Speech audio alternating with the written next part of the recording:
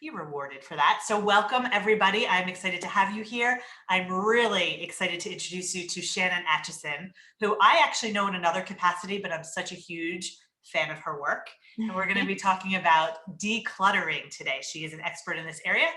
And I'm going to ask her a few questions about decluttering. First, I'll have her introduce herself, but I'm going to ask her a few questions about decluttering, some basic questions. And then we'll talk about those. Those of you who are here live, of course, you can also ask her questions as well. But I will ask you to wait until the very end, and then you can type them. You can actually type them throughout, but I will read them at the very end. So if you have any questions while she's talking, I will just read them out loud and ask Shannon those questions at the end. So thank you to those of you who are here live, to those of you who are watching the recording. And I just want to give a very brief introduction to Shannon because I'm going to ask her to introduce herself. But I actually met her through another group and we were talking and I liked her personality, but then I checked out her work. She is the owner of Homemade Lovely, which is a blog. It is about decorating and DIY and decluttering. And I am someone who wants to decorate but didn't know how. And she's so good at breaking everything down step by step. And really, I think that's one of your superpowers, Shannon, is just being able to take like, oh my gosh, what do I do? Where do I start? And break it down, which is great for the topic of decluttering because people are very overwhelmed. So I just am a big fan of Shannon and her work, but I would really like her to introduce herself. So Shannon, why don't you tell us a little bit about you, Homemade Lovely, how you got to doing what you do? Well, first of all, thank you so much for having me. I'm so glad to be here. I love you. I love talking to you when we talk regularly. I've done all kinds of things. I always wanted to be an architect or a designer or something. Actually went into totally different fields and then had babies and was home for a long time. And then 10 years ago, started blogging about this tiny little house that we lived in at the time and all the DIY projects we were doing with that. And so the DIY project sort of then morphed into decorating as well. And then from that, I started adding decluttering and organizing and all that stuff to that content because that makes a huge difference in a house. All the things together make a huge difference in a house, and how your family operates and stuff like that. I have 3 kids. I've been married for almost 25 years this spring. My kiddos are now 16, 18, and 20. So yeah, so we've done all the baby things and all the toddlers and school age, and we homeschooled. So they've been home a lot, even before this last year. And so, yeah, so that's kind of me. I wrote a book that launched last fall. So that was really fun. Yeah, that's kind of me in a quick nutshell, I guess. That's great. And tell them the title of your book because I can't remember. Is it Decorating Uncomplicated? No, that's my course. That's my decorating course. The book is also called Homemade Lovely too. So yeah, that was, the publishers were like, yeah, let's just go with that because it suits what's in it and it's the same as the blog. So yes. Yeah. Very, very good. And I know you also have courses and you teach people, like I said, step by step, how to decorate, how to declutter. You are about to release Declutter. The clutter kit. No, it's okay. Yes. The clutter kit. Yeah, we're launching that in March. It's okay. There's lots. Excellent. And it's been a lot in the last couple of years. So. Yes, all good stuff. So I want to start to ask you some basic decluttering questions just so we can set the stage in case anyone wants to ask more about their situation. And what I really want to start with is, why is decluttering important to begin with? Why do we have to do it? Why should we even think about it? Because clutter makes us feel very stressed and very anxious. And so there's 2 parts to that. There's the visual stress of seeing all the clutter, which for me, as someone who really appreciates beautiful spaces, the visual clutter is really hard. And then there's the functional part of it. If you have clutter and you can't find your keys when you're going out the door, or you can't find a can opener, and so you go and buy another one and then you find the other and you've got lots. So there's the 2 parts. There's the functional part and the visual part, and both of them cause stress and anxiety. And so if you declutter, your home is going to feel much less stressful. It's going to boost your productivity because you'll be able to find all the things so much easier. And then it's just going to help your mood in general, not to be overwhelmed by all of that on both sides, the functional part and the visual part. So Yeah. it's really important to declutter. Absolutely. And I would imagine as someone who homeschooled 3 children, Yeah. and that was the other thing I was going to say, it's so impressive that you just, I don't know if anybody knows this, but you have to take your own pictures of the gorgeousness of your home, and you have 3 kids at home, and Yeah. you've had 3 kids at home. Yeah. So you know how to do this stuff because, Yeah. yeah, and when you have kids at home all the time, it's so easy for that clutter to pile up It is, and for to sure. feel that anxiety. And I'm sure those of you who are here can relate to the feeling of the clutter all around. Yeah. Yeah. And the anxiety that it brings. So, Yeah. and if it's important, and we probably know that, and we know we can sense this feeling that you're describing. Why is it so hard, do you think? I think because we think we don't have the time. As moms, we are busy. There's a lot going on. There's a lot to look after and manage and keep track of all the time. And I think kind of like sometimes self-care sort of falls off at the bottom of the list because there's so much other stuff to do and we don't prioritize it. We think we don't have time. The thing is that if you declutter and you make the time for it, that's going to free up more time in the future because you're not going to be keeping track of so much stuff and losing things. Another reason is fear of not having something when you think you might need it. So if you either have a sort of a scarcity mindset or you've not had things in the past when you've needed them out of genuine like need, you haven't had them, it can be really hard to part with things because you think you might need them in the future. And then there's the guilt involved in, either your own sort of self-imposed at getting rid of things that you feel like you shouldn't, or sometimes genuinely family can give you guilt over getting rid of things that they've passed down to you or that they think they hold as valuable. And they therefore think you should, whether you should or not. So those 3 things is a lot of times we don't have the time or we don't prioritize fear and guilt of, all the guilt things. So we just think that we don't have it. We don't make it a priority, really. Yeah, absolutely. And I know too, when we talk about habits, because I talk a lot about routines and habits in the parenting world, obviously, if there's any resistance, we're not going to take on a new habit.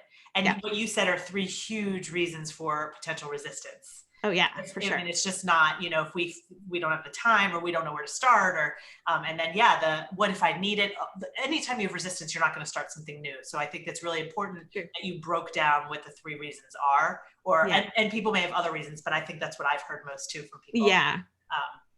So given that resistance and the reasons, where would you suggest someone start when it comes to decluttering?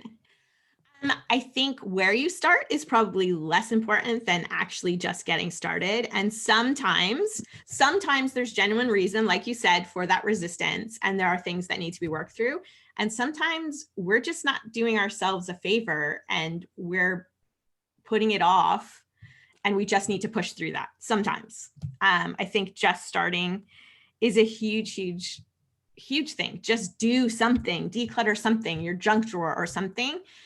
There is actually a blog post on my blog called 50 Things That You Can Throw Away Guilt-Free. I don't mean throw away necessarily. Some of it's donate, whatever. It depends on what it is. But that's a list of things that I can pretty much guarantee you don't need. And so if you really can't get started, go find that and print off the list and get rid of those things. Because at least then you'll have a small win that will help you get through that resistance. Yeah, I'm going to post a link to that because we like that small win. Yeah. And then the momentum that comes from that. Yeah. It's the same thing with anything, decluttering, weight loss, eating healthier, like any of the things that you're trying to do. The small wins help us mentally keep going. Yeah, absolutely. Yeah. So what would you say to that piece where, one of the pieces that you said, reasons people don't declutter is they feel like they don't have time. So what would you say to someone who said, how do I find the time to declutter? I think it's partly a matter of priorities. The same with, we all need to, as moms, make some time, at least a little bit of time for self-care.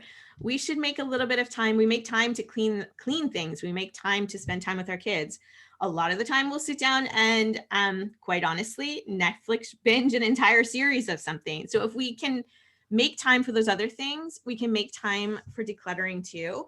And so honestly, wanting to sound harsh because I really want to like just come and give people who are struggling a big hug and sort of encourage them in a good way. But sometimes it's just a matter of making it a priority and scheduling it in.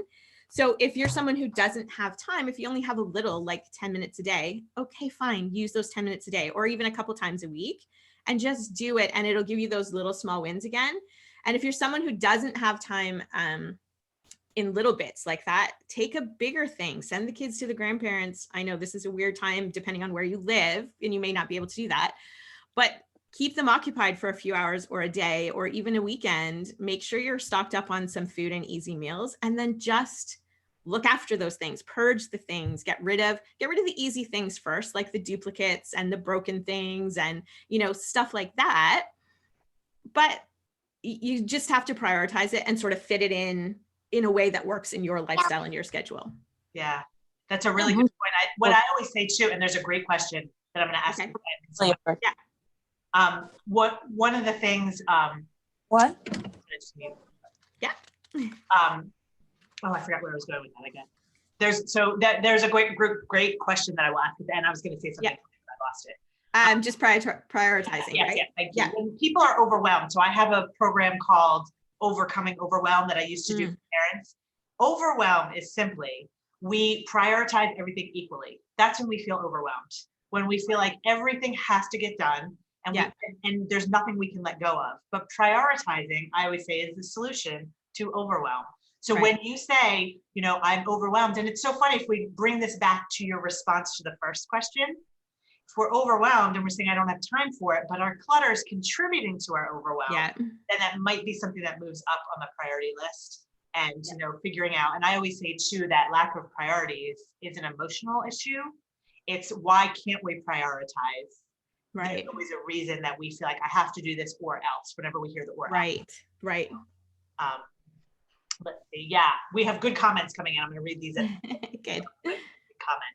And I actually have one more question, and then we will get to these questions that people are posting now. So I know a really big thing that I've heard before when people are talking about decluttering is when we have things that have sentimental value, how do we get rid of things that have sentimental value? What do we do about that? So first of all, sentimental things I would not recommend that you start there. If you're having trouble getting into the decluttering and dealing with that, because there's so much emotion attached to sentimental items that it's going to make it a little bit harder. So like I said, don't start with that, start with the easy things, duplicates, broken things, that list of 50 things. I think we all have hand-me-downs and things that our grandmothers and mothers and aunts all thought that they attached value to, so they thought it would be valuable to us. And things change, and sometimes it is, and sometimes it isn't valuable to us. Personally, I have one of my grandmother's china. It doesn't get used very often, but I keep it. It's beautiful, and I keep it. There's a lot of other stuff I don't keep, little tchotchkes and my grandmother used to have this spoon collection, and it's like, it reminded me of her, but it wasn't something that I used or really wanted to keep around. And so I think sometimes if it's something that we feel like we have to keep, I think sometimes we're assigning more value to it than it needs to have. Can you take a picture of it and keep that as a reminder versus the actual thing that's taking up space in your house? The other thing to ask yourself is, does holding on to that thing cause you more stress than joy? So if you're keeping it solely out of guilt, and like you feel like you should, then that's probably not something you should keep. Again, take a picture of it, something like that. Ask another family member if they want it, because maybe they hold value, like they see value in it and they would love to have it. It just depends on the situation. So I think it's really, if you love it, keep it, but just make sure you're keeping it and getting rid of other things so that you're not overcrowding your house. If you don't love it, if it's causing you more stress than joy, let it go. And another thing is, you know what, you might get rid of something that nobody else wanted, but they expect you to keep. But you don't have to do that. That's not your place to meet their expectations in your house, if that makes sense. I know it sounds harsh, and it's funny because the said China set, there was an uneven number of plates and bowls and stuff. So like I had 12 dinner plates and like 6 bowls. And so I went through and I evened everything out. And I said to my sister, I said, I don't want to keep these extra ones. Are you okay if I get rid of them? And she said, no, I'm not. I will take them, because she thought I shouldn't break up the set, even though she has the other grandma's entire China set. But that's her choice. That's on her, whether she wants to have it in her house. So for me, that was, I will keep some, but I don't want all of it. So you have to choose. Yeah, if it's causing you more stress, that you need to really reevaluate that and look at that. So asking other family members, checking what you're valuing, whether it's the thing, the memory is, and if there's another way that you can keep that memory in a picture or something else. Yeah. I know that's a long explanation. Sorry. No, that's really helpful because you gave some practical tips. Start with your values. Nice step. Yeah, exactly. That is what you're doing. You start with your values, make sure it is really aligned. And I always talk about the difference between parenting from fear or discomfort and parenting from our values. I call it comfort yuck, but parenting from yuck versus our values. And you're basically saying the same thing. You're keeping from your values, not the stress that it causes. Right. And then you gave out some suggestions for what to do if it's not aligned with who you are. You could take pictures, you can ask a family member, but so much of this is emotional, I can hear. Yes, absolutely. Yeah. Oh yeah. Decluttering is probably a very fully emotional experience. Yeah.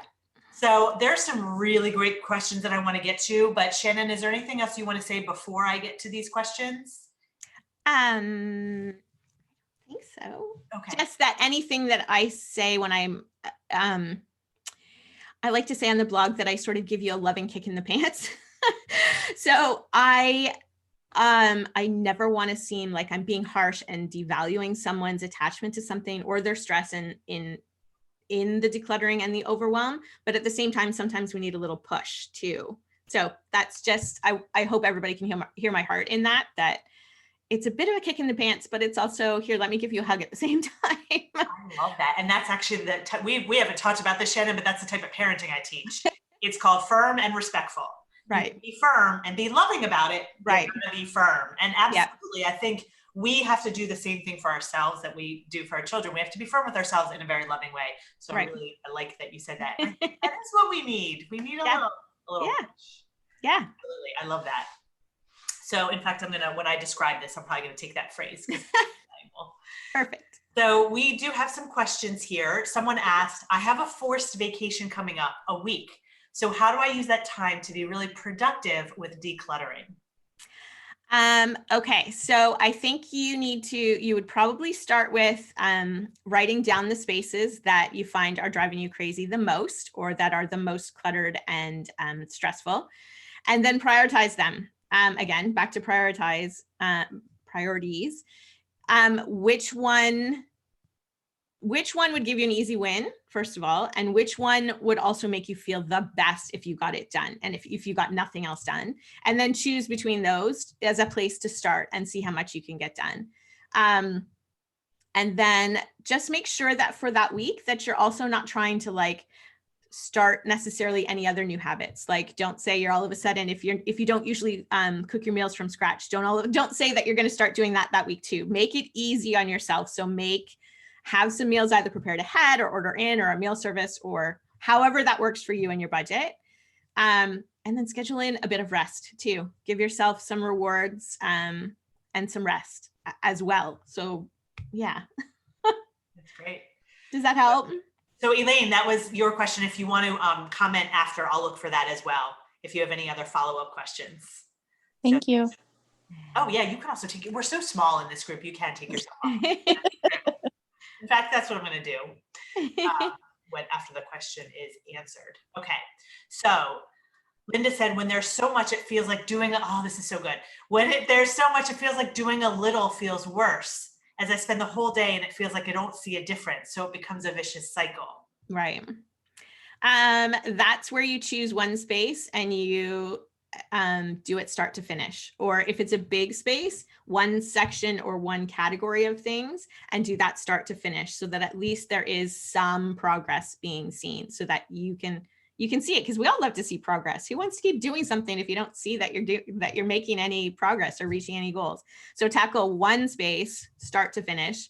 And if it's if it's a big space, like one category. So if it's like a living room and you have bookcases and you have tabletops and you have this and this and this, tackle the one thing, like all the bookcase or something, so that you see the progress being made. Because yeah, it does get messy. It gets messy and worse before it gets better. Yeah, absolutely. Linda, did you want to say anything in response? I mean, I guess I'd like some tips on how to maintain, because I feel like I'll clean our kitchen island and then 2 days later, the whole thing's cluttered again. And I'm like, what was the point? And like, Yeah. you know, people are so used to putting stuff on the island. It's just, yeah, I picked the one space, I decluttered it, I cleaned it, I left. Right. It was good. And 2 days later, it's like, I didn't touch it.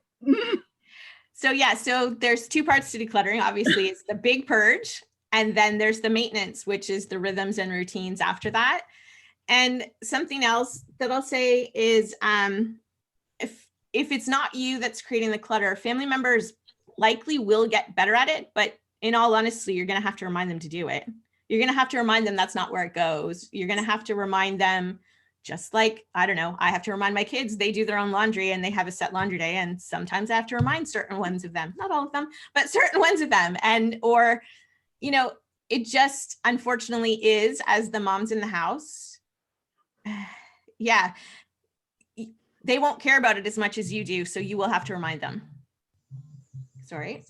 Does that make sense? I know it's really frustrating, but once they get the rhythms and routines and it's that way for a while, that should get better, but it doesn't. You will need to remind them. It doesn't. And Linda, what I would say to add to that, as sort of, if we add the discipline component, yeah, is tking about a couple of things, doing problem solving though, for sure.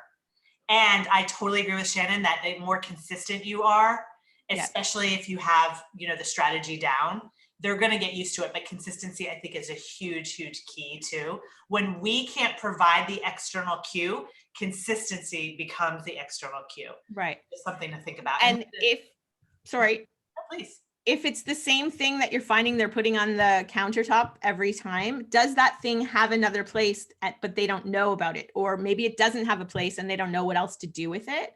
So making sure that everything, like down to the last little thing, like a paper box or something, if it's papers from school, if it's whatever it is, whatever you're finding having trouble with the counters, if there's a space for it, make sure they know where that space is for it. And often if they're not using that space, I agree. When I was a coach, I used an ADHD coach, so I'd help people organize. I would say everything has to have a home. Yeah. So if they don't have a home, then that's an issue. And then sometimes if they're not doing it after that, it is an executive functioning problem.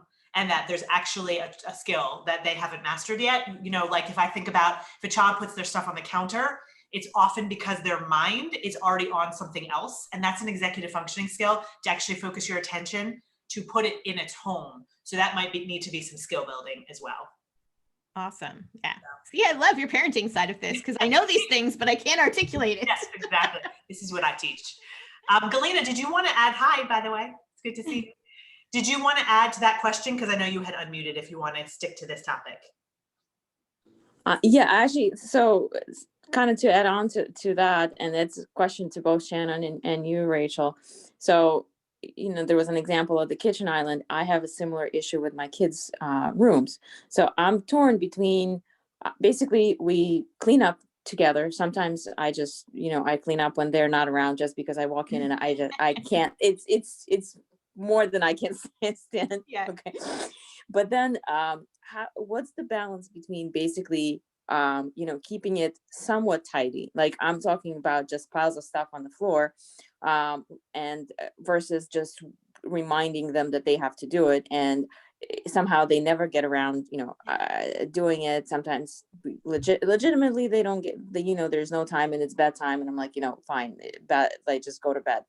But what's the balance between basically having them do it and doing it with them, or doing it without them, or like any advice on that would be appreciated. How old are your kids? I have a 9, 7, and 5. Okay. So personally, at that point, I was still for the most part helping them do it here and there. So for us, it was a matter of scheduling certain times. So say Saturdays for us would work, and we'd go through a bunch of the chores. When they were about that age and younger, we actually used to use something called chore packs. And so they were these, it was almost like a lanyard, you know, when you go to a conference and there's the plastic little thing and so I put cards in them. So in the morning, they had morning chore packs, and then they had nighttime chore packs. And it included brush your teeth, brush your hair, put your pajamas on, pick up your floor. In the morning, it was make your bed. Like, so for the regular everyday maintenance, it was those, which made a huge difference for our kids because there was a visual and it was there all the time, and those hung on the side of the fridge. If you Google chore packs, you can find them. You can make your own, but the other thing, yeah, making sure that there is time for them to do it. Because if there isn't, if it's not scheduled in, if it's not part of a routine, they're not going to remember. I'm not going to remember if it's not part of a routine, to be honest. Now that my kids so we did that for a long time. They basically looked after it probably once every couple months. I would go and sit in their room, and I wouldn't do it for them, but I would sit on their bed and I'd be like, okay, clean up all the socks, clean up all the stuffed animals, clean up, like one at a time. I'd sit there until they did it, so that they were learning how to do it and where it went in their rooms. And I wasn't doing it for them. To now, they're 16, 18, and 20. Their rooms are their space, and I really don't. So the youngest keeps hers meticulously clean. She cleans it on her own all the time. The oldest is somewhere in between, and there's piles of things, but you know, you can get in there. And the middle one, her room is a complete disaster. And honestly, it is not worth it to me to fight with her on that at 18 years old. If she doesn't want to pick it up, I will go in probably once every 6 months to a year and go, okay, let's clean this up. But she is very creative and very artsy. And so she functions just fine when it's a mess like that. Whereas obviously the youngest doesn't. She likes things where she likes them. And so it's a matter of giving them a place for everything, having a time set aside for it. And then, yeah, I didn't do it for them very often, except when they were really, really small. But I would go and sit in there with a tea or something and sort of tell them, you need to do this, you need to do that. What do you see that needs to be done? And walk them through it. But I didn't want to take that on as another responsibility that I had to look after, because it's their room. Yeah, I hear you, and I sometimes also sit with them, but it's just basically, you know, 2 days later, it's as if I wasn't there. So like, Yeah. how do you advise on like teaching them to maintain it? And you know, is there time set aside every day to do it? no, it's not. Okay, so I think that's a huge part of it, is that, yeah, if there's no, you know, we would go with rhythms and routines. So in our house, when the kids were really little, the toys were in the living room or the family room. And so before lunch, we would go around and do a cleanup. Back in the day, big comfy couch was on. So there was like the 10-second tidy. I don't know, maybe I'm old, but, and so before lunch, we would tidy up, because then after lunch was nap time. Like that was when they were quite small. And then before daddy got home, because he used to commute really far, we'd clean up again, just so that it wasn't overwhelming. And then before bedtime again. So like, it was built into the day that there were times where we picked up spaces. If the bedrooms are where their toys are, is that where their toys are? Is that why it's getting messy? No. So different problems with different ones. So the 9-year-old, I fold his laundry, but I put it in piles for him in his room, so that he puts it away in his dresser. Right. Now, he most of the time finds that too boring of a task. Yes. And basically ends up with piles of stuff that's mixed clean and dirty on the floor. Right. So my issue with him is just he doesn't see value. He just thinks it's too boring to deal with laundry. And sometimes he occasionally has his own like little knickknacks on the floor. Now my younger two share a room, so that's another kind of challenge. And my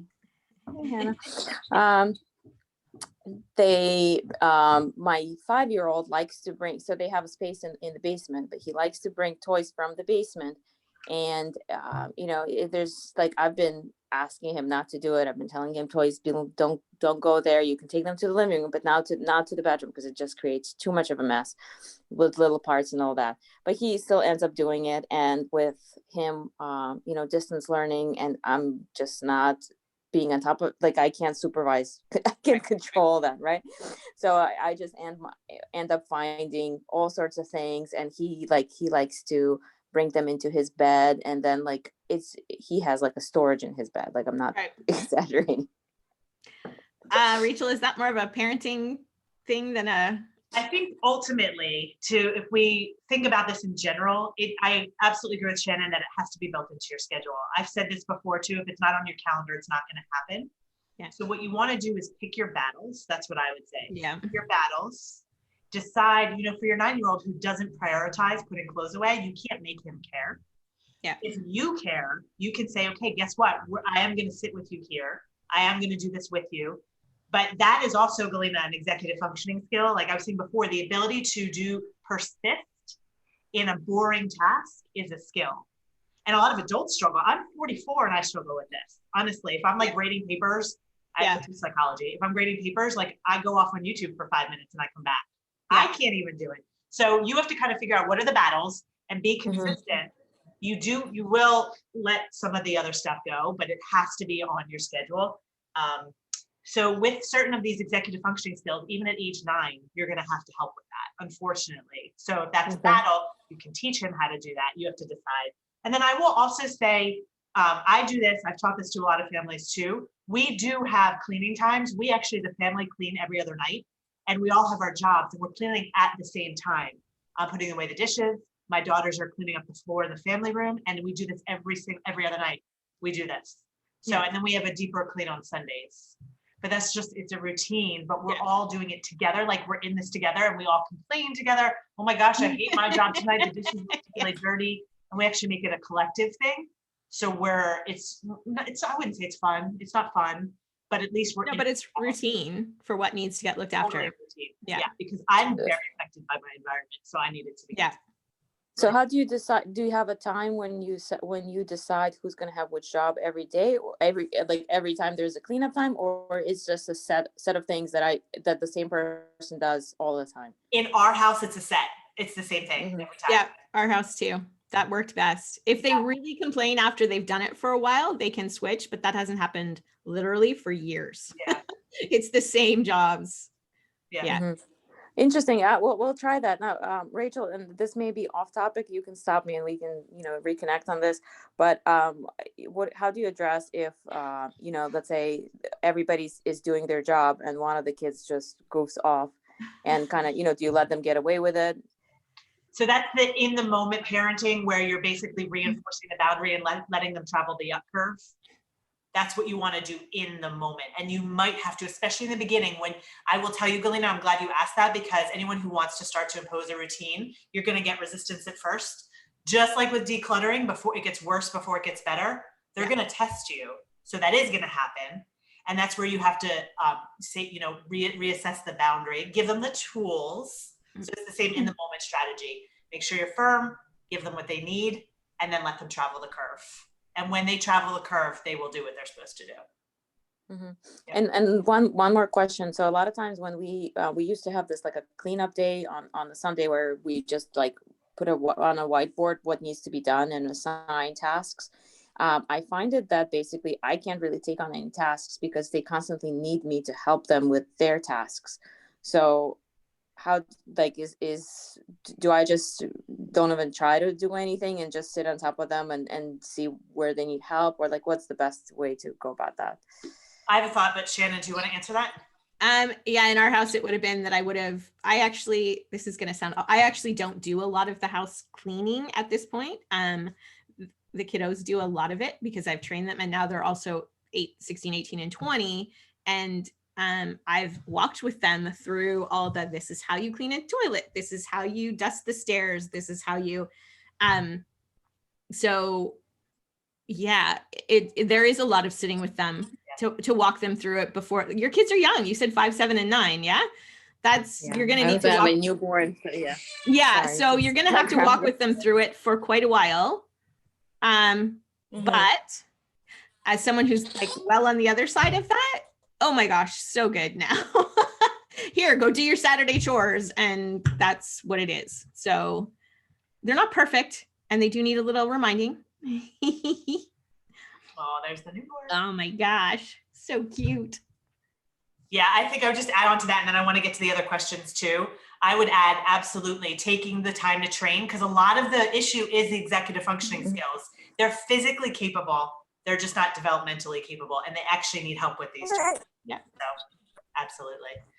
So Galina, you have a little cutie there. Did you get your questions answered though? Because I also want to get to the one. Thank you very much. Thank you. She's 2 weeks old today. Oh my gosh. Really newborn. Wow. Well, you look great. Not that that matters, but. Yeah. All right, let me get to these other questions because there's some good ones, and I know people are waiting. How do you manage other family members? For example, one family member wants to keep something and others want to get rid of it. That becomes challenging. I know you addressed that a little bit. And if you want to speak up, I know that was your question. Yeah. Linda, are you asking like, so specifically they want to keep something, but someone else wants to get rid of it? Or do you have an example of something? Oh, I have lots. I mean, you know, both me and my husband came from mothers who were pack rats, so we never learned these skills. Yep. And you know, let's see. The latest example is there's a rocking chair that, you know, we don't have room for in the living room, but it's still in my living room because, you know, it was the one I rocked the 11-year-old on when he was little, and now we don't have room for it anymore, but he doesn't want to get rid of it because he likes the chair, but there's no room in his room or anywhere else in the house. But then it's like, you know, I don't want to get rid of it. And yeah, it becomes, you know, thing after thing after thing. And then we're all trying to work from home and do school. And it's just like, we'll deal with that later. So that is sort of, there's a couple things with that. One of my kiddos is more sentimental than others. We actually have a Christmas tree that is, oh my gosh, old and slightly thin in a box in the back of the furnace room because our youngest really wants to have it when she moves out but we have room for it. There is room in that back corner. So, I mean, for the chair, you have a couple of options. You can store it somewhere if you think that they're really actually truly going to want it when they move out on their own. You can get rid of something else in the living room to make room to keep it, or in said person's room. Or you get rid of it. You take pictures of it and you remember the good memories of it and don't assign so much value to it that it makes your living room overcrowded and uncomfortable and stressful for you. I think it's, yeah. And one of the things I would say, and I know we talked about this last night too on the Q&A, is that to sort of continue absolutely everything Shan was saying, and just to support that if you do choose the third choice where you're going to get rid of it and take a picture, you know, he may be upset. And then your job becomes helping him through the upset. Yep. Not keeping the thing to prevent the upset. I'm not directing this to you, Linda. This is we make a lot of decisions to avoid our kids upset, but sometimes we just have to allow them to be upset and help them through it. Yeah. Linda, did you have any other follow-up thoughts or questions about that? It's just when it's every item in the house that you go through with that, it's just too much emotional energy. So start with one. Yeah. You know, yeah. Start. You have to start somewhere. Just, yeah. Unfortunately, because it's hard and it's a lot of things doesn't mean, because are you happy putting it off? Are you enjoying your home when it's filled with all that stuff? You know, it's again, pick your battles, and that's not the yes, battle. Absolutely. Pick your battles. There's too many other battles that are raging fires right now. Right. Yeah. And so that's the other thing too. There will be times where life is more crazy than other times. This past year being one of those, rather collectively for everyone. Not to the same extent, not to the same degree for each person, but all of us have felt it in the last year. And sometimes you're right, pick your battles. It's not the best time to do it. Just really examine whether that is genuinely true or whether that's an excuse to avoid it. Not that I'm saying that it is an excuse for you. That's not what I mean. I'm just, that's what you need to feel out for yourself, is if it's genuinely true and it's not the time to deal with it, then let it ride and check back in a couple months. If it's an excuse to not deal with it, then figure out why that is and how you can deal with it. Yeah, I agree. And I would say, Linda, if you are saying, I love that question. I think you have to be honest with yourself, excuse or not. And if you're saying there are too many other battles, you have prioritized. Yeah. And be proud of yourself for that, because a lot of people struggle with that.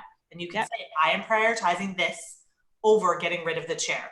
And that's where I am, and be okay with that, because it's actually great that you did that. Yeah. So Linda, you can post her if you have any more thoughts or questions too. I want to just make sure I get to this last one and that people who need to leave are able to do that.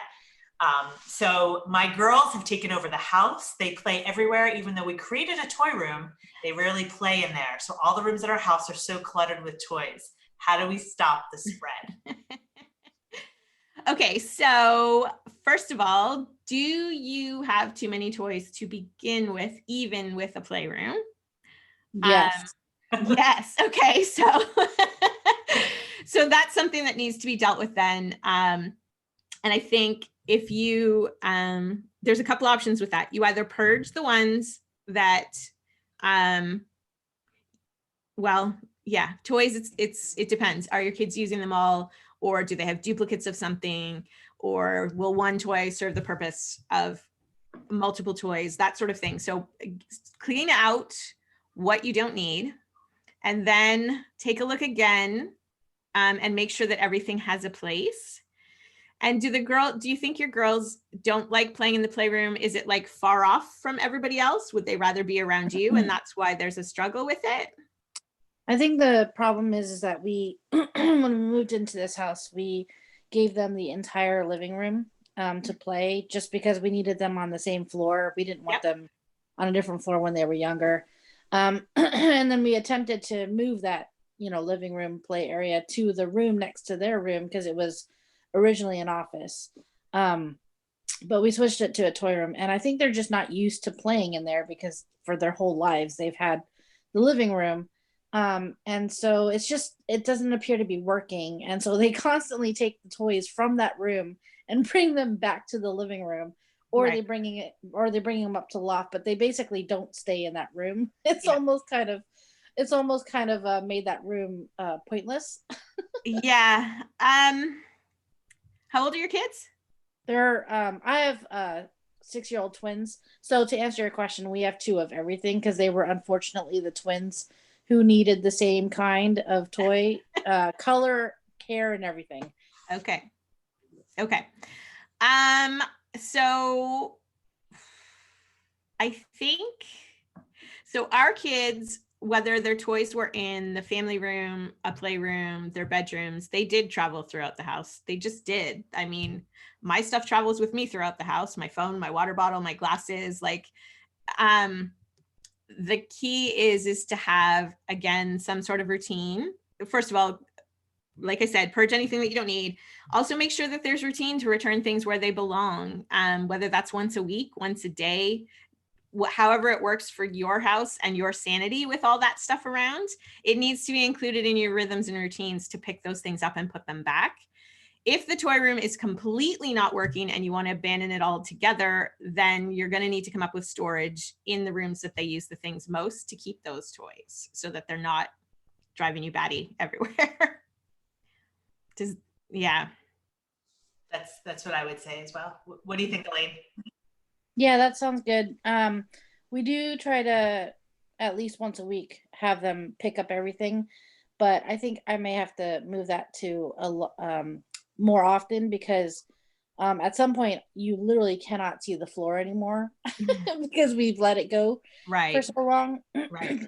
And then I'm trying to work on the purging of the toys.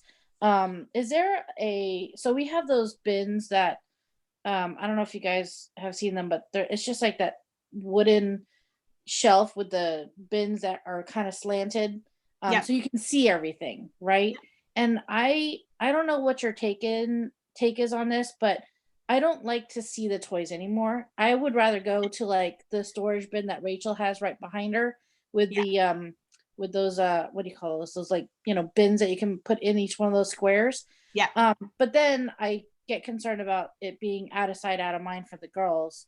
and then they won't Then play you with can them. get rid of more toys. Okay. And then they're more novel when they come out too. Yes. Yeah, we never used see-through bins. For a long time, we actually used a really cheap IKEA shelving unit and the $2 blue like IKEA bins for our kids' toys. When they were small, I would actually take a picture. So they were categorized, and I took a picture of what went in that and taped it to the front. So they still knew what was in it and they knew where it went when it was time to put it away. And then when they got older, we graduated to like actual labels that said what went in it. But that helped a lot with the out of sight, out of mind for me. So I didn't have to look at it, but they also knew what went in it still. Okay, cool. So you do actually recommend the out of sight, out of mind storage. Yeah, I am. No, yeah, I think in yesterday's blog post, I talked about not using clear containers because it still looks just as messy. Yeah. Okay. Yeah, just get durable enough ones that they won't, because baskets might not be the greatest for 6-year-olds. Okay. Like wicker baskets might not be the best, but yeah. Thank you. No problem. So we've gotten to everyone's questions. I want to invite anyone who has a question to post it, go ahead and post it. But I do want to say one huge takeaway here that I think everyone heard, I hope. And then Shannon, I'll let you wrap up if you'd like. Okay. But one of the main things when I talk about overwhelm, and this just reinforces everything Shannon said, we have certain things we have to do all the time. We have to declutter, we have to cook, we have to do laundry, any of these things that we have to do over and over that takes so much of our time as parents, we have to have, and you use this word, Shannon, routines and systems. Yep. And in when I teach overcoming overwhelm, it's all about figuring out what are the things we can make into a routine or a system. Yep. It's not on your schedule. It's not going to happen. Mhm. That's something you have to keep in mind. And also very often a trigger will help with the routine. So whether that trigger is it's Monday, that trigger is it's dinner time, but it's really hard to stick to a consistent routine if you don't have a trigger, if you don't have something that reminds you to do it. So if you just say, well, I'm going to clean twice a week, that is not going to happen. Even if you say Mondays and Thursdays, if you don't have something. So these are all strategies I can talk to y'all about more later, but this decluttering has to become a routine or it's not going to happen. And some of you may have found it needs to happen more often than maybe once a week, or it gets too overwhelming for everybody, including the kids. Yeah. So I'm going to zip my lips there. Shannon, I would love any last words and where people can find you. Okay. I think one of the things, so like I said, my kiddos, their rooms is kind of their space. That doesn't mean they can let them get gross. There's no moldy food up there or anything like that. But how they keep them, that's their space. What we've taught them as far as their stuff through the house from a young age till now is that everybody uses those spaces and they can't take it over like it's their own. And to be honest, we're still working on that. For example, with with our 20-year-old, he uses the family room more than anybody else does because the game consoles are down there. But he also then tends to leave his laundry stacked down there when it's folded and clean, or he leaves the dirty laundry piled all over the basement bathroom because that's the bathroom he uses for showers. And so for us, it's been teaching them that the common spaces, everybody has to look after them and you have to leave them so that they're in a good place for everybody else. You're going to have to remind them. But definitely what Rachel said about rhythms and routines, like you will do so much better if you put it with a trigger, like Rachel said, than even at 3 o'clock, I'm going to do XYZ, because when you have kids, who knows what you're going to be doing at 3 o'clock. Right. So yeah, triggers, rhythms, routines. Yeah. And pick your battles, but be honest with yourself as to what is causing you stress and what you need to deal with. Yeah. And realize their priorities are not your priorities. Yes. Yeah. One quick thing I just have to say, because that's to do with clutter, and then Shannon, I want you to tell everyone where we can find you. Yeah. But I learned something it was a hard reality to me. I like decluttering. I like not having a mess. And I have a daughter who sounds like yours, Shannon, who's very creative. Yeah. And we used to do her room all the time. And she said, Mom, I can't stand my room when it's decluttered, because she's also a creative person. She said, that's how I feel good, because all the things in my room make me feel comfortable. I feel like it's too stark when we declutter.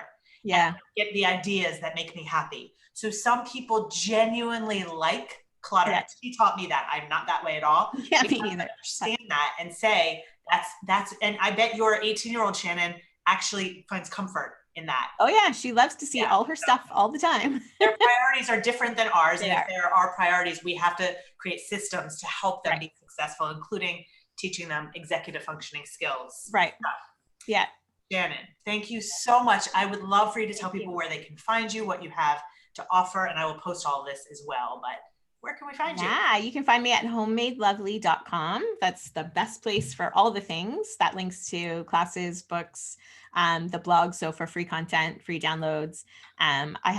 There's a clutter-free starter kit that's over there that has some great ideas. And then the 50 things you can throw away guilt-free is over there too, along with, all the decorating stuff and all the other house stuff too. So yeah. That's wonderful. Thank you so much for your time and your expertise, knowledge. Those of you who are either here live or watching the replay, thank you for your time. I know how valuable it is for everybody right now, especially right now. So thank you for being here, and we'll see you all again soon. Take care, everybody. Bye.